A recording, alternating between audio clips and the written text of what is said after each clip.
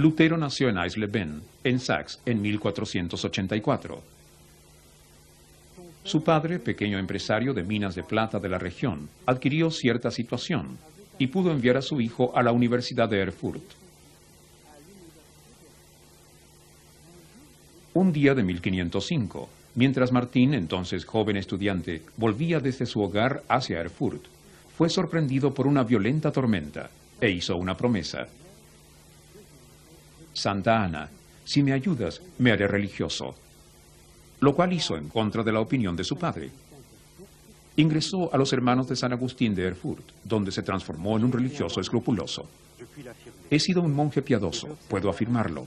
He observado la regla con tanta rigurosidad que puedo señalar que si alguna vez un monje llega al cielo mediante la frailería, yo también llegaré. Todos los compañeros de claustro que me conocieron pueden atestiguarlo. Si esto hubiese durado más tiempo, me habría matado a fuerza de noches en vela, rezos, lecturas y de otros trabajos. Ordenado padre en 1507, fue enviado en 1511 al convento de Wittenberg. En 1512, doctor en teología, ejerció rápidamente las funciones de predicador en su convento, predicador parroquial y profesor de escritura santa en la Universidad de la ciudad.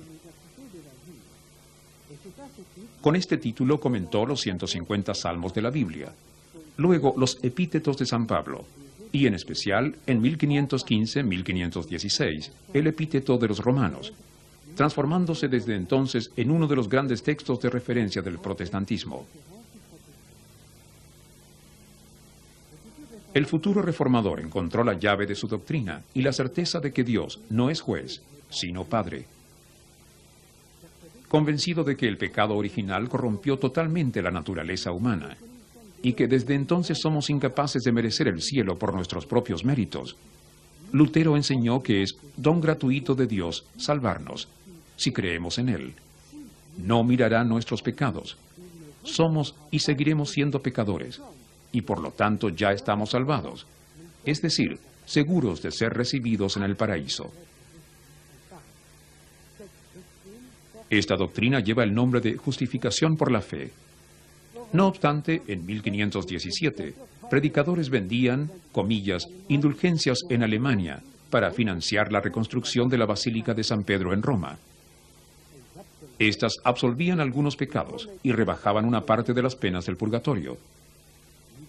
Lutero, convencido, como acabo de señalar, de que la fe salva por sí sola y no nuestros propios méritos, y en ningún caso los méritos adquiridos con dinero, intervino públicamente. Redactó 95 tesis que se divulgaron rápidamente por Alemania, teniendo una resonancia inmediata.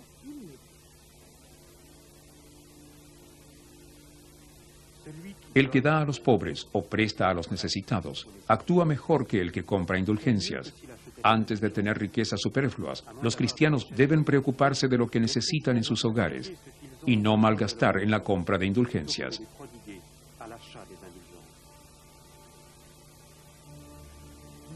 Difundiendo rápidamente sus escritos mediante cientos de miles de ejemplares, la imprenta hizo en pocos años famoso a Lutero en su país y en Europa. Con la redacción de estos 95 escritos, Lutero no quiso ni separarse de Roma, ni emprender una reforma de la Iglesia. Pero el debate que generó lo llevó entre 1517 y 1521 a tomar posiciones que aumentaron poco a poco su distanciamiento entre él y la Iglesia católica.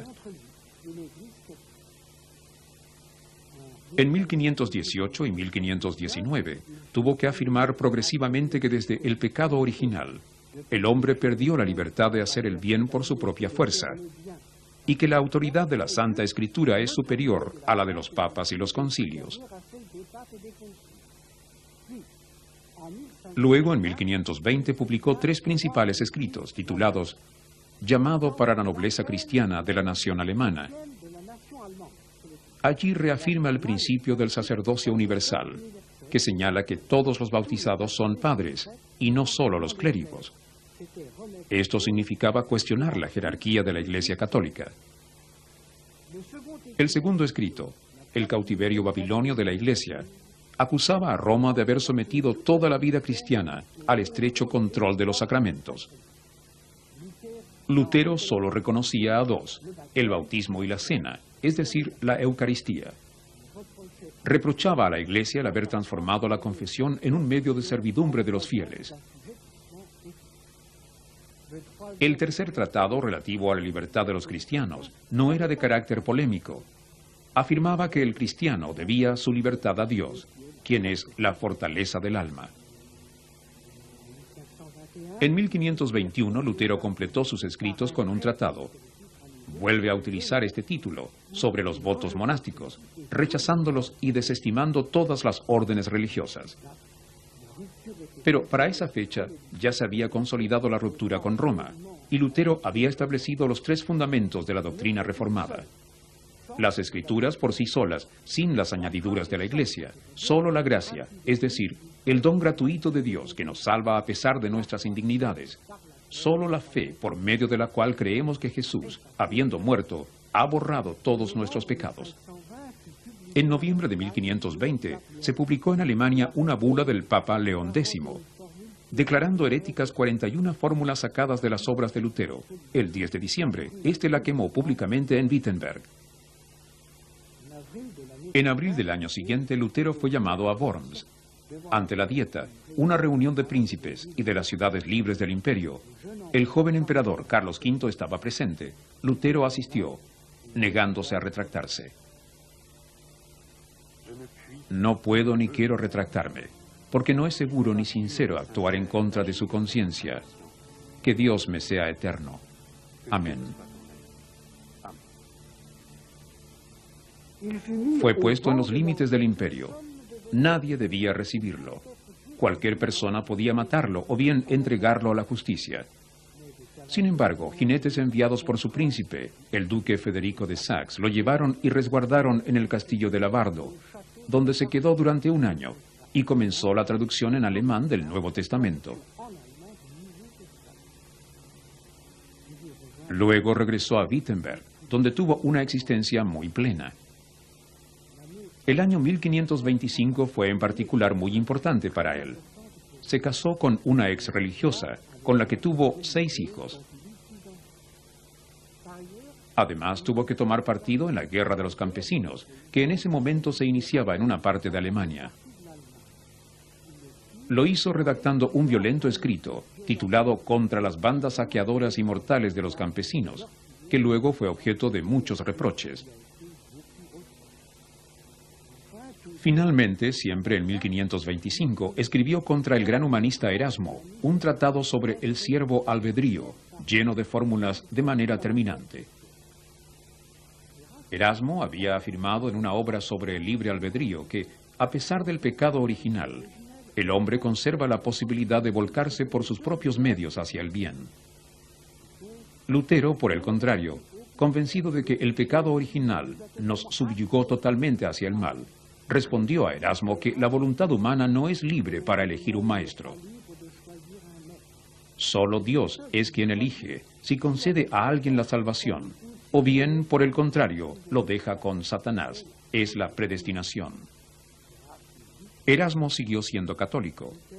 En los años que siguieron, Lutero tuvo también que polemizar con otros protestantes, cuyas posiciones sobrepasaban las suyas. Se lanzó contra los anabaptistas, que de acuerdo con su denominación querían reemplazar el bautismo de los niños por el de los adultos. También se opuso al reformador de Zúrich, Zwingli, que en la cena no veía sino un ritual recordatorio para conmemorar la última cena de Jesús con sus discípulos. Lutero, por el contrario, mantenía la creencia de la presencia real de Cristo en la ceremonia de la Eucaristía. A causa de estos conflictos, el luteranismo tuvo que redefinirse, lo cual hizo mediante la Confesión de Augsburg, que data de 1530, y que se transformó en la Carta de la Reforma Luterana. Esta se expandió rápidamente por buena parte de Alemania, pese a la hostilidad de Carlos V y de los príncipes que se mantuvieron católicos. Estos, en una dieta realizada en 1529, quisieron volver a poner en vigor el edicto de Worms, colocando a Lutero en los límites del imperio. 6 príncipes y 14 ciudades libres protestaron, denominándose así protestantes. En las regiones que aceptaron la reforma, la misa fue reemplazada por oficios en el idioma del país. Se abolió la jerarquía eclesiástica de la Iglesia romana, así como también el culto a los santos, la confesión obligatoria, los días de ayuno y el no comer carne el viernes. Los pastores que reemplazaron a los padres podían casarse. Al morir Lutero en 1546, y todavía más al momento de la paz de las religiones de Augsburg, en 1555, 2/3 de Alemania se habían hecho luteranos, así como también Escandinavia, los Países Bajos y parte de Austria. En la última parte de su vida, Lutero mantuvo una gran potencia de trabajo. Fue él quien inventó la fórmula del catequista mediante la pregunta y respuesta. Su traducción completa de la Biblia, primera edición en 1534, se transformó en un monumento de la literatura alemana. Podemos decir que cambió el curso de la historia.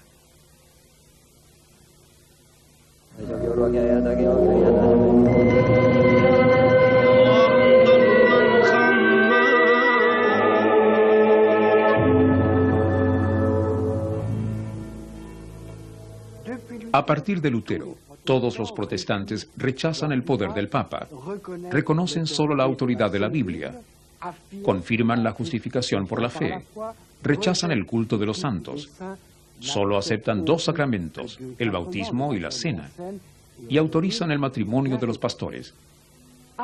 Basándose en este punto común, hubo desde el comienzo una gran diversidad de protestantismo.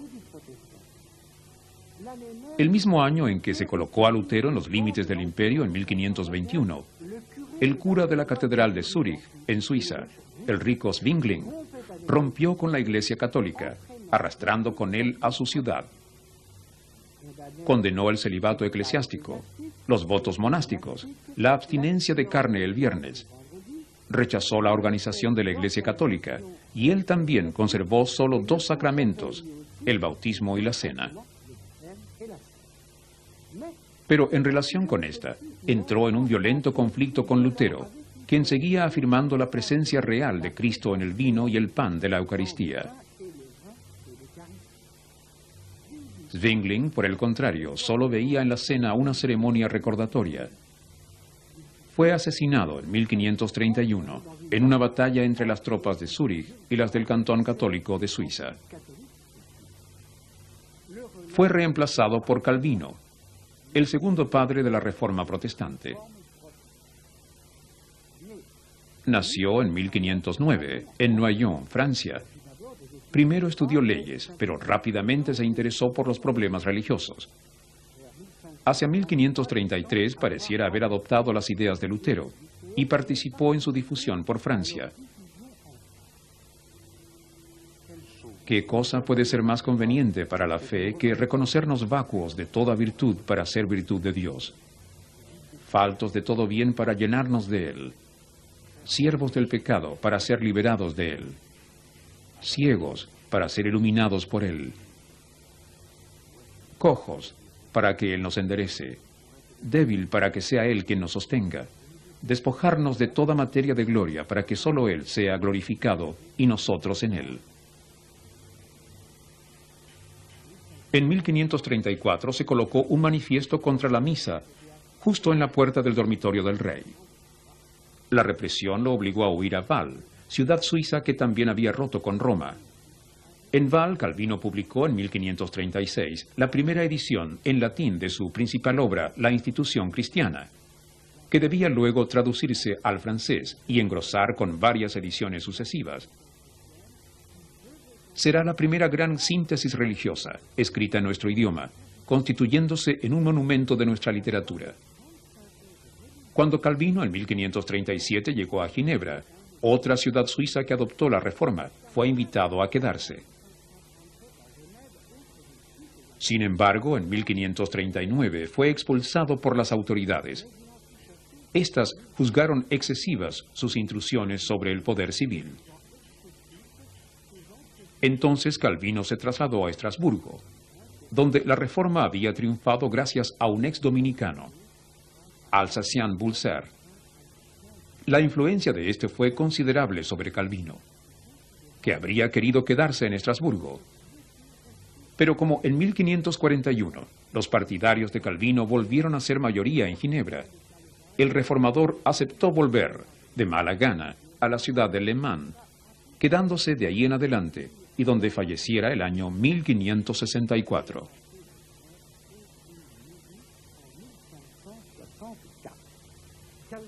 Calvino aceptó lo esencial de las ideas de Lutero, acentuando la afirmación de éste en cuanto a la predestinación. Pero discrepó con él sobre la cuestión muy debatida en el siglo XVI de la presencia real en la Eucaristía. Para él, sin duda, es Cristo lo que el creyente recibe, pero de manera puramente espiritual. La copa por la que damos gracias y la comunión en la sangre de nuestro Señor Jesucristo fue vertida para la multitud.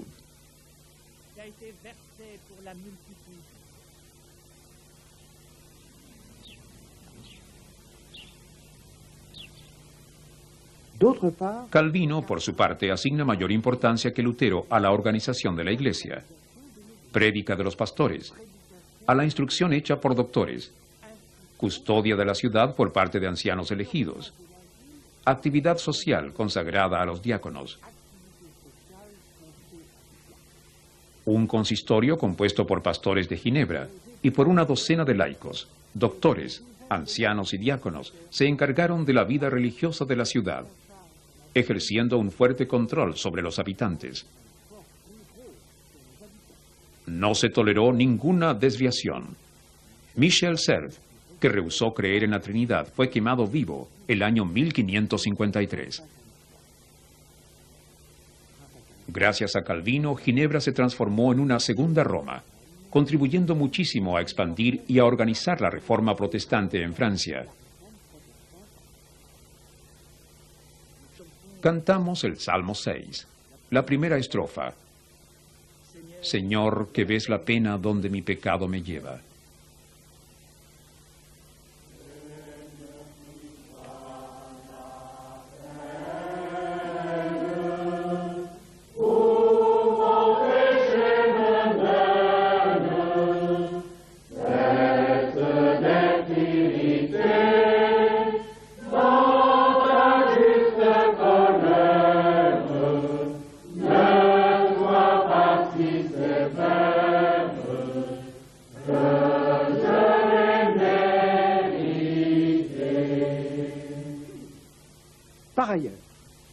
La creación de la Iglesia anglicana se llevó a cabo progresivamente desde 1534 hasta 1563.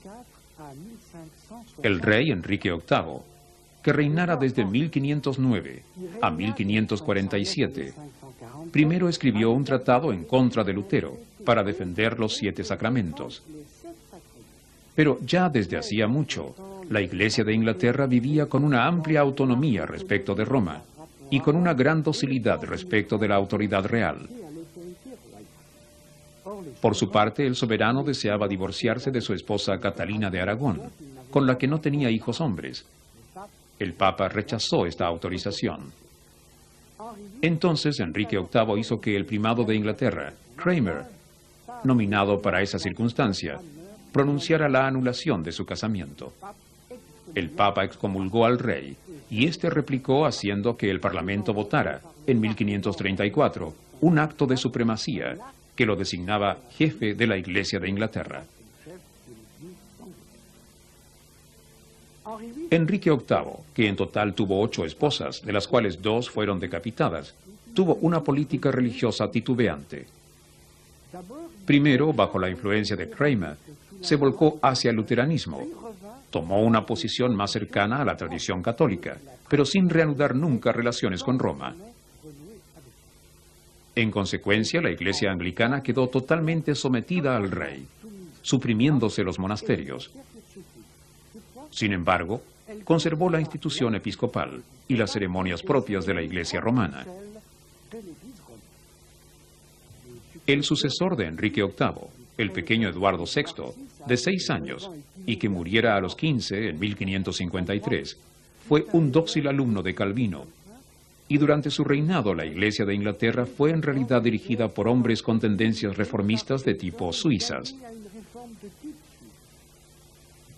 Sin embargo, al morir el trono pasó a María Tudor, hija de Catalina de Aragón y católica. Ella reinó desde 1553 hasta 1558 y volvió a llevar a Inglaterra al catolicismo, persiguiendo brutalmente a los oponentes. María Tudor fue reemplazada a su vez por Isabel I, y fue ella quien le dio su estatus a la Iglesia anglicana, ubicándola entre el catolicismo y el protestantismo. La liturgia, las formas de la piedad y la organización jerárquica con obispos se mantuvieron, al igual que con Enrique VIII, como las de la Iglesia católica. Sin embargo, se rechazó cualquier obediencia a Roma. Los monasterios siguieron suprimidos. Los padres y los obispos podían casarse.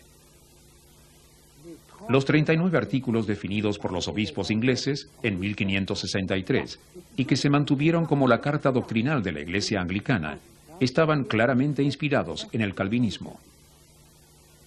Entonces el protestantismo se encuentra desde el siglo XVI dividido entre iglesias con distintas organizaciones y sensibilidades. Los protestantes ingleses juzgaban que la iglesia establecida por Isabel era demasiado cercana a la de la Iglesia católica en cuanto a su culto. Sus obispos adoptaron una posición crítica respecto de ella, calificándoseles de puritanos. Durante la Guerra Civil Inglesa de 1642 al 49 y durante la dictadura de Cromwell de 1653 al 59, este desenterró el poder y suprimió la organización episcopal que los Estuardo restauraron cuando recuperaron el trono en 1660.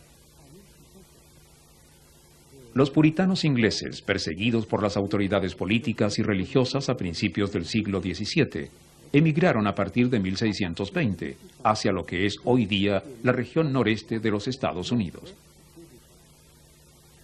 En cuanto a Escocia, que en el siglo XVI era un reino independiente, optó desde 1560 por una iglesia sin obispo, llamada presbiteriana, la cual se transformó y se mantuvo como la iglesia oficial del país. Los ministros del culto y los ancianos componen el consistorio local, que delega representantes a las asambleas religiosas de nivel superior. Los protestantes franceses, bajo el régimen del Edicto de Nantes, establecido por Enrique IV en 1598 y revocado por Luis XIV en 1585, crearon una institución análoga. La autoridad viene desde abajo y no desde arriba. Al interior del protestantismo de los siglos XVII y XVIII todavía quedan tres hechos importantes.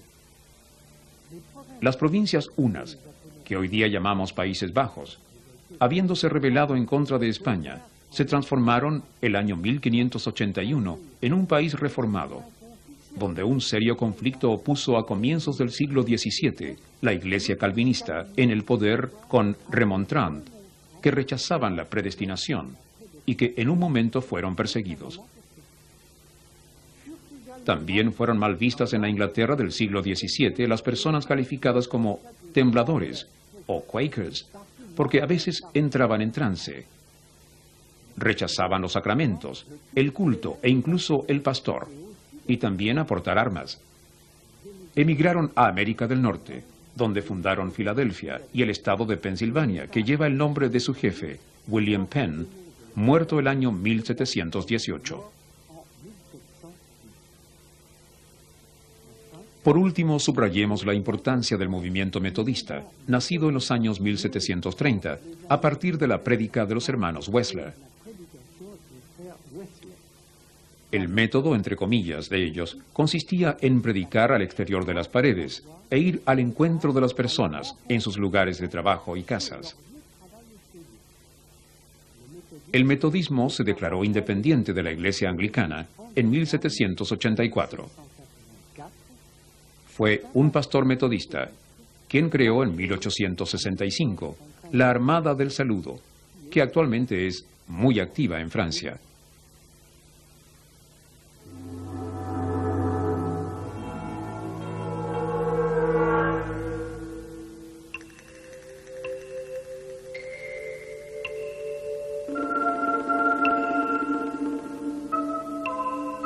Thank you.